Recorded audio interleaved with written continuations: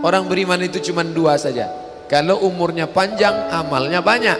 Kalau umurnya pendek, dosanya berkurang. Orang kafir bersedih kalau dia mati, ini belum selesai, proyek ini belum selesai. Orang beriman tak sedih. Kenapa? Akan dilanjutkan orang lain. Kalau Abdul Somad mati malam ini, sedihkah dia ada hadis yang belum sampai? Sedihkah dia ayat yang belum sampai? Tidak. Kenapa? Akan dilanjutkan oleh Fodamara, akan dilanjutkan oleh FSRMM, akan dilanjutkan oleh anak-anak muda. Satu meninggal, 1000 anak muda akan melanjutkan. Apa yang dia sedihkan? Justru dia bersyukur. Kenapa? Dengan mati malam ini, besok dosa tak bertambah. Dengan mati malam ini, besok tak menengok orang pakai celana sempit lagi. Besok tak menengok orang pakai celana pendek lagi. Selesai dosanya. Allahumma ja'alil hayata ziyadatan li fi kulli khair. Kalau kau tambah umurku hidup besok pagi, tambahkan kebaikan bertambah. Wa ja'alil mauta rahatan li min kulli syarr. Kalau kau takdirkan mati malam ini, berhenti dari dosa, istirahat dari perbuatan maksiat. Maka orang Islam itu, ala, ketahuilah, inna awliya Allah, orang-orang yang menolong agama Allah, bagaimana sifat mereka?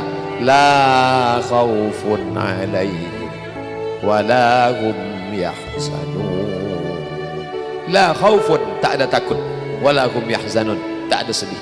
Oh, kalau tak ada takut berarti tak takut mati, tak takut anak hilang, tak takut istri hilang, tak takut nyawa melayang, tak takut harta diambil orang.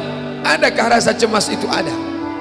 Setiap manusia selagi masih hidup, selagi hayat di kandung badan, selagi ruh masih bersemayam dalam jasad, rasa-rasa itu ada tetap.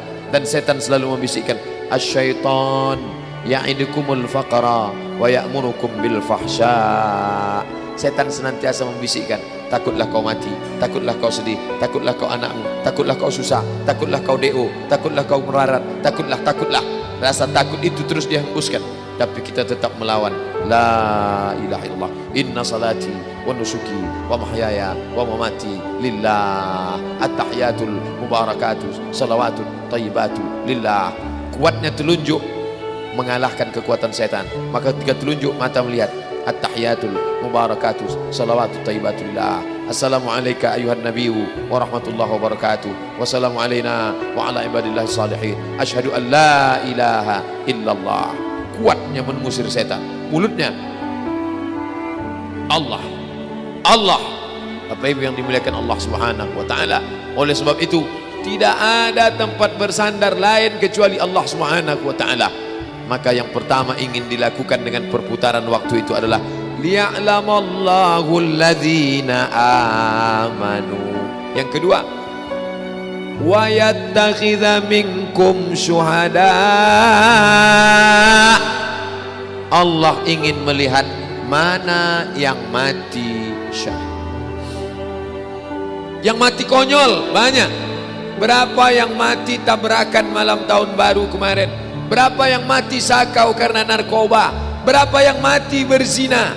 Berapa yang mati buat dosa? Berapa yang mati buat maksiat? Kenapa? Perputaran waktu. Duit tak ada, ingin juga mabuk, dibuat kopi, dituang spiritus, minum, bukan mabuk, mati. Ingin berzina, umur sudah 70 tahun, ingin juga berzina, nafsu besar, tenaga kurang, dituangkan Viagra, diminum, jantung berdetak tak terang, mati. Kap 70 dituang minyak pesawat, meletup, mati di lokalisasi karena ingin berzina, menggebu-gebu nafsu syahwat, ingin berzina. Dulu waktu muda tak sempat buat dosa, sekarang setelah tua duit banyak mau buat dosa. Umur 71, selera 17, mati dalam keadaan Allah ingin lihat. Wa yattakhidha minkum syuhada. Allah ingin melihat siapa yang mati syahid, melambai tiang gantungan seperti lambaian bidadari di mata Sayyid Qutb. Semua orang ingin menangguhkan. Kalau bisa Sayyid Qutb penjara seumur hidup saja. Kalau bisa jangan dihukum pancung, jangan digantung di tiang gantungan Mesir.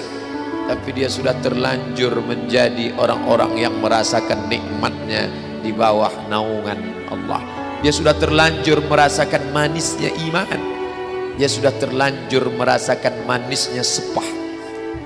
Anak muda sekarang kalau dikasih dia daun sirih, dikasih ujungnya itu kapur, diletakkan gambir, potong gambir sedikit, lalu diletakkan di situ pinang, diikat, lalu kemudian dikunyahkan. Oh, dia muntahkan. Apa ini? Dia belum merasakan manisnya.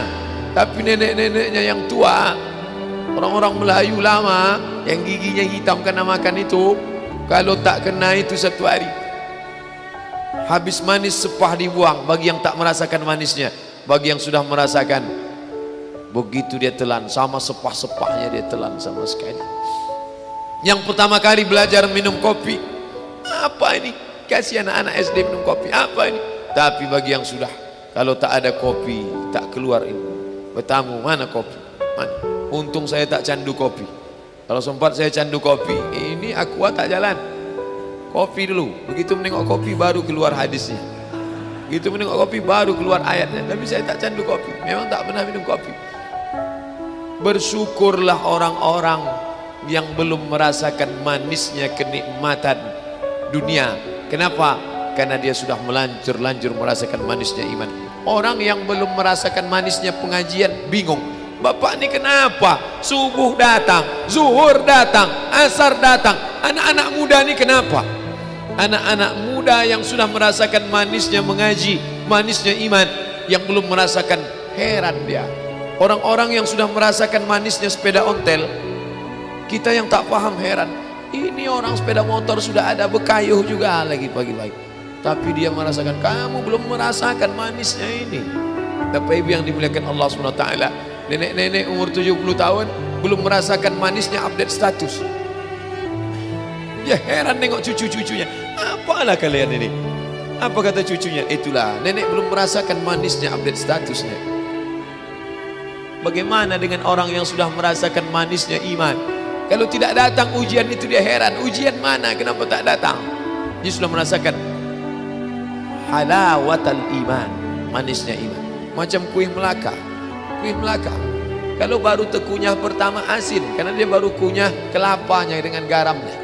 Begitu dia kunyah agak sedikit, mulai dia terasa. Tapi begitu dia kunyah sama gula merahnya, meletup di dalam mulutnya, merasakan manisnya iman. Inilah gula merah yang sampai sekarang orang barat bingung, cemana bisa gula merah ini masuk dalam, apa disuntik kan gitu.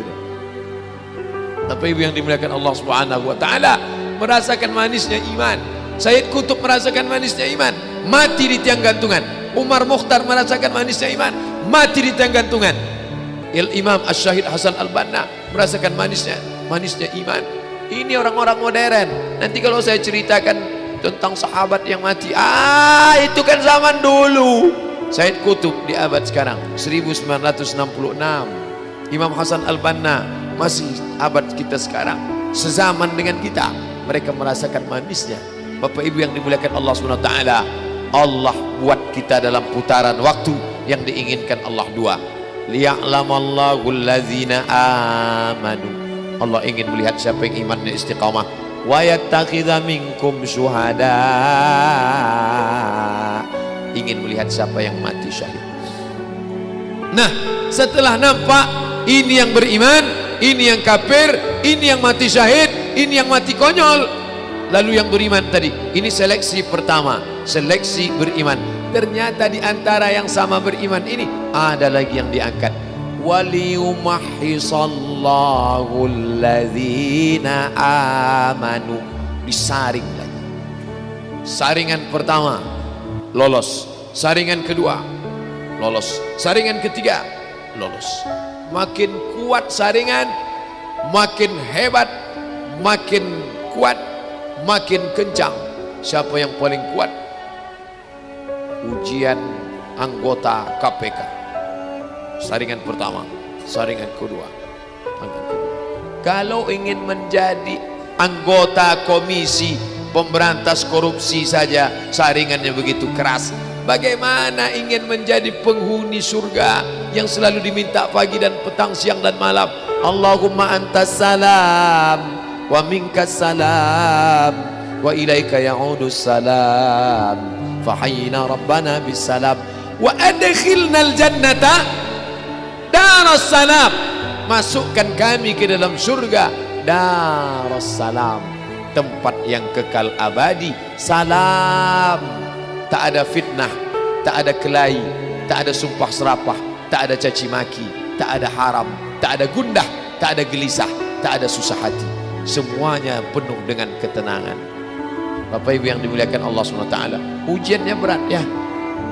Maka orang beriman menganggap hidup ini, sebaliknya orang kafir menganggap hidup ini, hidupnya ya hidup makan, minum, semuanya memenuhi syahwat. Makan, minum, telinga syahwat, musik, mata syahwat, hiburan, mulut syahwat, makan, nafsu syahwat, perut, nafsu syahwat, seksual, biologis. Asal sudah tersalurkan, selesai. Makan kenyang, tidur nyaman, hidup tenang, mati. Sama seperti binatang. Apa bedanya? Ulaika kal an'am, mereka macam binatang, memperturutkan hawa nafsu. Makan semakan-makannya, minum seminum-minumnya, nafsu seksual disalurkan sesuai seperti binatang. Habis itu tua, sakit, mati, selesai. Apa bedanya dengan kucing kurap yang mati ditabrak mobil? Apa bedanya dengan anjing? Apa bedanya dengan binatang? Tak ada beda dengan binatang, bahkan mereka lebih hina dari binatang. Maka Allah katakan ulaika kal an'am, mereka seperti binatang, balhum adal, bahkan lebih hina daripada binatang. Bapak Ibu yang dimuliakan Allah Subhanahu wa taala, tapi tak banyak yang memahami hakikat hidup manusia ini kecuali orang-orang illalladzina amanu wa amilus shalihat. Orang-orang yang beriman, buah daripada imannya itu adalah amal saleh. Tapi dia tak stabil, dia kadang bergoncang, dia kadang naik, dia kadang turun. Yazid wa yanqus, yazidu bit ta'ah, bertambah dengan ketaatan, wa yanqusu bil ma'siyah, dia berkurang dengan kemaksiatan. Oleh sebab itu kita senantiasa menjaga dalam bentuk forum silaturahim, menjaga dalam bentuk kajian ilmiah, menjaga dalam bentuk pengajian baca Quran, menjaga dalam bentuk pengajian Maulidur Rasul, menjaga dalam bentuk pengajian rutin arisan keluarga. Itu tak lain tak bukan adalah tawasau bil haq, tawasau bis sabr.